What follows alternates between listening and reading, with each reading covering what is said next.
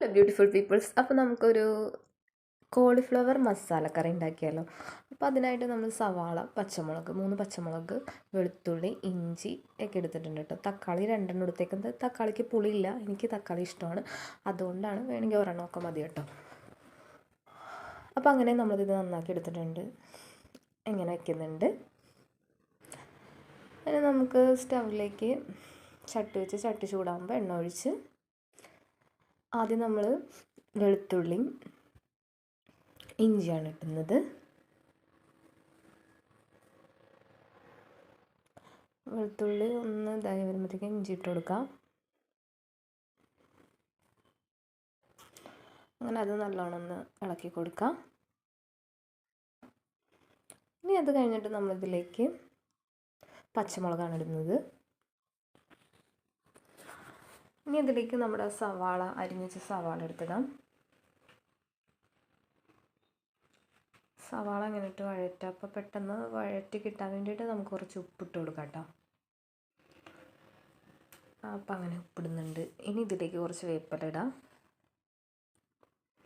ഇനി അങ്ങ് വീണ്ടും ഇളക്കാം. അപ്പോൾ ചെറിയൊരു പാത്രത്തിൽ കുറച്ച് കുരുമുളക്, വളരെ കുറച്ച്, അതുപോലെ തന്നെ പെരുംജീരകം പൊടി. ഇനി അത് ഇളക്കാം. ഒരു നുള്ള് മഞ്ഞൾപ്പൊടി,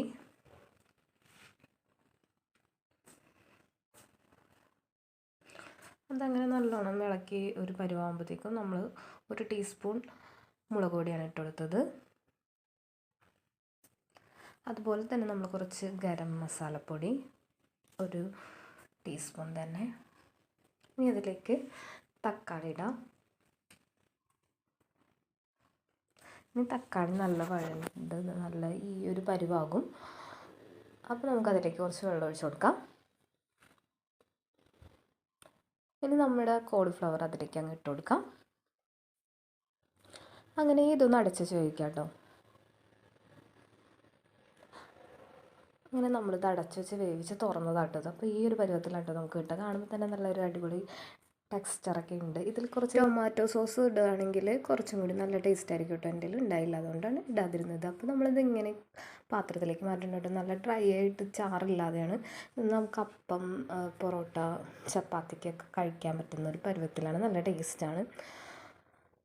മസാലയുടെ ഒരു ടേസ്റ്റും കോളിഫ്ലവറിൻ്റെ ഒരു നല്ലൊരു രുചിയായിട്ടും ഉണ്ടാവുക.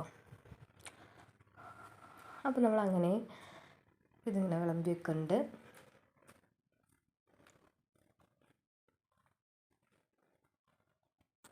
അങ്ങനെ നമ്മുടെ കോളിഫ്ലവർ ഇത് പാത്രത്തിലായിട്ടുണ്ട്. ഇനി നമുക്ക് എന്താ വേണ്ട, ഒരു പൊറോട്ടയും കൂടി എടുത്തങ്ങ് വെക്കാം. അങ്ങനെ ഇത് രണ്ടും കൂടി കൂട്ടി അങ്ങ് അടിക്കാം കേട്ടോ. അപ്പോൾ നമ്മളിത് പൊറോട്ട എടുത്ത് വെച്ചിട്ടുണ്ട്, കറി ആയിട്ടുണ്ട്. ഇനിയിപ്പോൾ എന്താ വേണ്ടത് അതങ്ങ് കഴിക്കാം. നമ്മളിത് ഇങ്ങനെ വിളമ്പി എടുക്കുന്നുണ്ട് കേട്ടോ.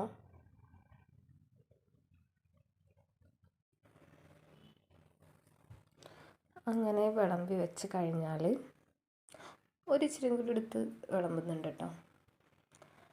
ഇനി കുറച്ച് പൊറോട്ട അങ്ങ് നുള്ളി എടുത്ത് ആ കോളിഫ്ലവറും കൂട്ടിയിട്ട് അങ്ങോട്ട് കഴിക്കണം. അങ്ങനെ നമ്മളിത് പൊറോട്ട എടുക്കുന്നുണ്ട്.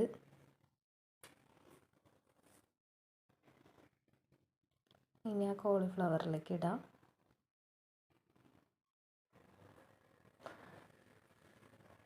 കഴിക്കാം.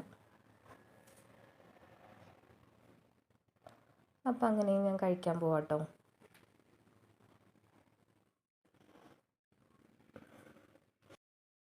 അപ്പത്തിനും ചപ്പാത്തിക്കും പൊറോട്ടയ്ക്കൊക്കെ കഴിക്കാൻ പറ്റിയ നല്ലൊരു കറി തന്നെ കേട്ടോ. ഇപ്പോൾ കോളിഫ്ലവർ എങ്ങനെ വെച്ചാലും അത് ഭയങ്കര ഒരു ടേസ്റ്റ് തന്നെയാണ്. ഇതിനും നല്ലൊരു മസാല ചേർന്ന് നല്ലൊരു ടേസ്റ്റ് തന്നെയാണ് കേട്ടോ. അപ്പോൾ ട്രൈ ചെയ്ത് നോക്കാവുന്നതാണ്, അടിപൊളിയാണ്. അപ്പോൾ അത്ര ഇന്നത്തെ വീഡിയോ ഇഷ്ടപ്പെട്ടാൽ ലൈക്ക് ചെയ്യുക, ഷെയർ ചെയ്യുക, കമൻറ്റ് ചെയ്യുക.